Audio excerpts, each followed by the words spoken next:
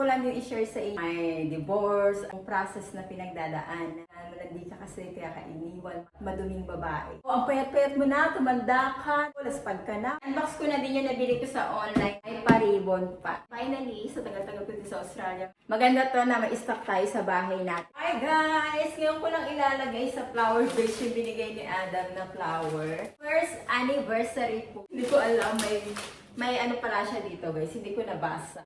Kanina tinignan ko, may letter pala siya guys from Adam. Akala ko doon lang sa pinagbilhan niya. Dear Eds na lang. Nilagay niya dito yung real name ko. Happy anniversary. Thank you for everything you do for me. Love always, Adam. Oh, diba? Pagdating niya na lang, ibibigay ko yung card ko sa kanya. In-order ko sa Amazon. So, darating siya bukas. Okay. Lagay ko muna yung powder. Sobrang pretty talaga ng flower, guys. Yung kulay niya nagustuhan ko. Ang madalas kasi binibigay sa akin ni Adam na flower yellow. And this time pink. And nagustuhan ko siya. Tapong ko lang ito. This is the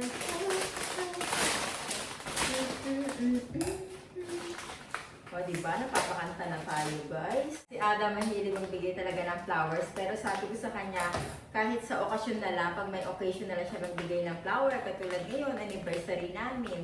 Kasi nga, ang mahal, diba? Maging practical tayo. Pero yung fairness, masarap talaga kapag nakaka-receive tayo ng flower. Iba sa feeling. Diba? Kaya maganda kapag may okasyon na lang. Kasi, ang daming. Grabe, ang dami na itong flower na to, ha? Ay, dapat pala hindi ko na siya tinanggal. Ang ganda pa naman ang pagkakalagay, di ba? Ilagay ko na, guys. Ayan, kaya lang hindi na siya ganun kaganda yung setup. Kasi tinanggal ko sa mismong ano niya. Dapat pala nilagay ko na lang isang ganun. Eh kasi nga, nag-video-video pa ako na kunyari, nag-a-arrange ako ng flower. Makikita niyo yun sa aking Facebook page. Nag-picture-picture ako, video-video guys. At ina-upload ko din yun sa YouTube short ko guys. Yung mga, alam niyo, with music, yung mga eme vlog ko guys, short vlog. Kung kayo nakapalo sa Facebook ko guys, i-follow niyo na ako kasi mas updated ako doon. Nagpo-post ako doon ng mga picture.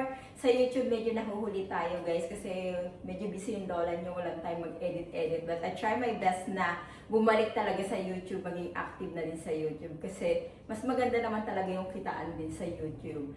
But, mas madaling mag-upload ng mga updates sa YouTube, sa Facebook kasi mga short video lang naman doon. At mga post-post, mga picture-picture, ganyan.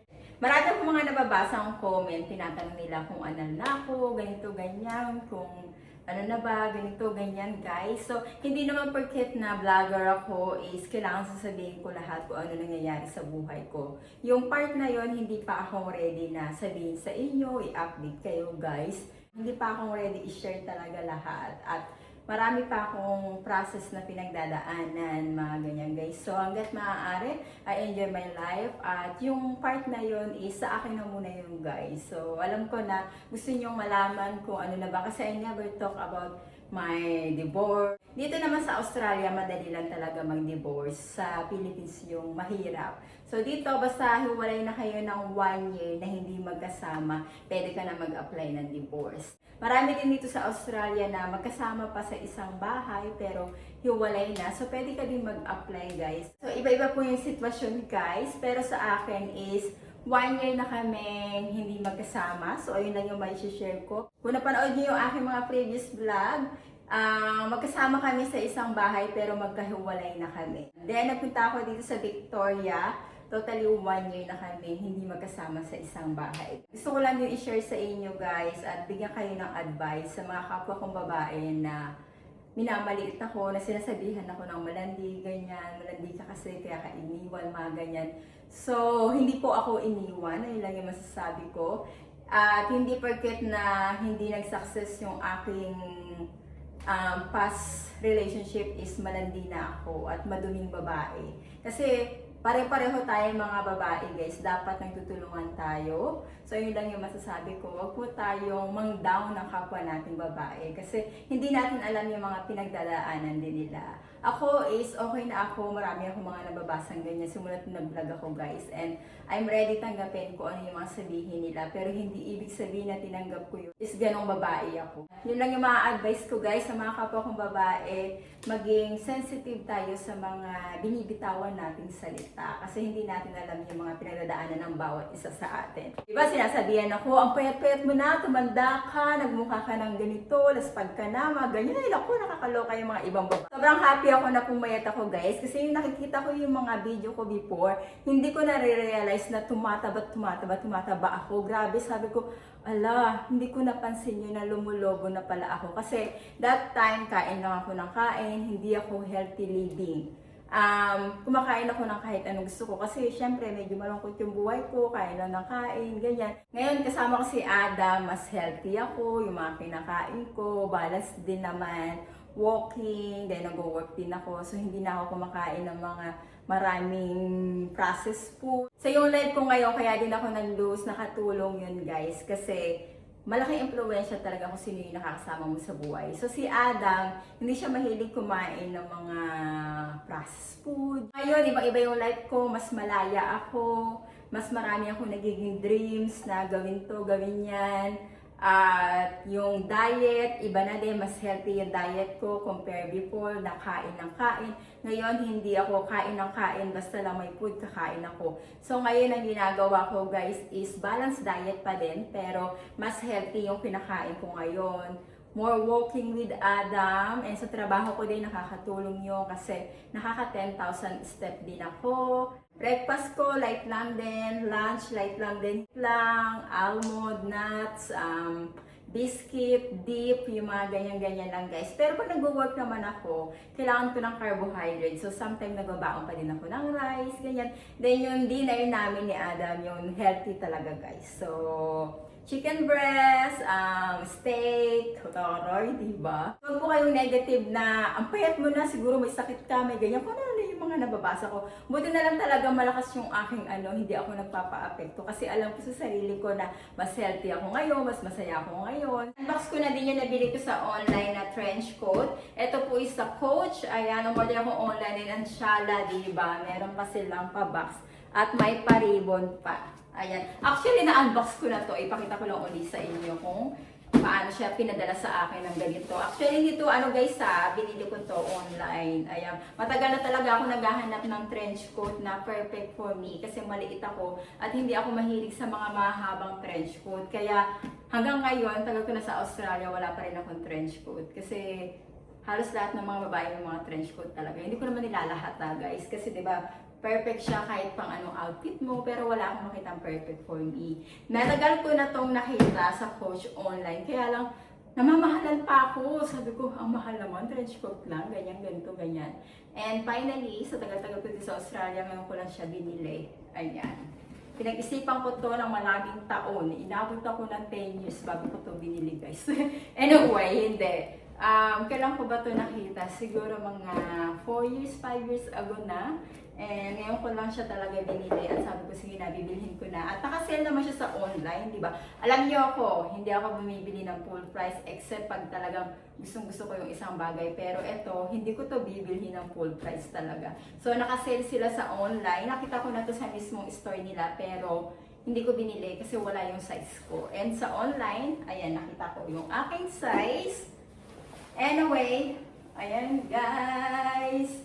Ang tawag ko dito is short trench coat. So sabihin nila, bakit ang iksi? Kaya nga siya tinawag na short. Kasi gusto ko short siya para pwede ko siyang gawing jacket, ganyan, or dress. Di ba? Alam niyo naman, maarte ako. Iba-iba tayo ng style. So, ganito siya. Ganyan. And dito, meron siyang signature. Ayan, sa mismong query niya, yung signature. Meron kang mabibili, iba-iba yung mga size nila doon. Merong mid trench coat, merong long trench coat, and meron yung logo nila, Iskita talaga, nakalagay dito. Pero gusto ko yung simple lang, guys. Ayoko na masyadong, yung brand. Taray, medyo na iba na yung style ko. Dati mahilig ako yung mga, talagang yung nakikita mo yung mga brand, ganyan. Anyway, size neto guys is 2XS, pero saktong-sakto lang siya sa akin, so wag akong tataba. Sana pala in-order ko ano no, extra small lang, hindi 2XS. Anyway, ay, isarado muna natin yung button. Medyo mahaba nga lang talaga yung belt niya. Ayan, nailagay ko na yung belt. Ganda to, pang-aura pag winter din, nakaganyan ka guys. Mag-heat tech ka lang sa loob para hindi ka lamigin kasi hindi siya ganun. Quality siya, pero hindi siya yung pang-winter talaga na makapal. Pero ito for trench coat, maganda siya kasi makapal to guys. Kasi yung mga trench coat na nakikita ko, maninipis. Boots ka lang ng mahaba o yung mga ganito guys, ang ganda for winter. Tapos ito na-adjust din to guys. So itong isa, kabilang side, in-adjust ko siya. Ito hindi. So na-adjust din to, nasisikipan. Kasi meron siyang mga hole. Sakto din yung haba niya sa kamay ko, diba? Ang ganda, ang perfect. So yun lang guys, share ko lang sa inyo. Kanina naman dumaan ako ng Chemist Warehouse para bumili ng collagen ko. So ito yung ginagamit kong collagen ngayon guys. And pangalawa na to. So far, hindi naman ako nagkaka-pimple talaga. Pa-pimple-pimple, medyo nag-ano yung skin ko guys. Gumanda naman. Taray! So tatry ko pa din siya i-continue. Kasi hiyangan nga nung tinry ko yung, ano man tawag yung Nature Way, para doon ako talagang ewan ko, basta hindi ko alam guys. Ito naman, perfume pasalubong ko sa Philippines, nag-request yung kapatid ko. So, binilhan ko siya. Ito, kaamoy siya ng Chanel na Made Muscle ba tawag doon guys. Ayan, yung cheaper version niya. So, nabili ko ito ng 49 something sa Chemist Warehouse. So, ito, sabi niya bahala na akong pumili. So, ito na lang. Kasi maganda yung review niya. And bumili ako ng another Panamax and Cartier ba ang tawag dito. Aspirin guys. Maganda to na aspirin in case na one of the members sa bahay nyo is nahihirapang huminga para magkaka-heart attack. So pwede nyo itong ibigay para makatulong sa kanyang blood guys. So ito yung aking talagang gusto ko na meron sa bahay. So helps prevent blood clotting and reduce the risk of heart attack and stroke in patient with no cardiovascular or cerebral disease. Ayan. Then Panamax para siyang ano sa Pilipinas, Biogesic o yung mga ganyan. Pero mas mura to dito sa Australia. Kaya naman, nagpapadala ko na ito sa Pilipinas. Kasi alam niyo naman sa Pilipinas, ang mahal na din ng mga gamot. So, yun lang yung binili ko doon guys. Anyway, thank you for watching!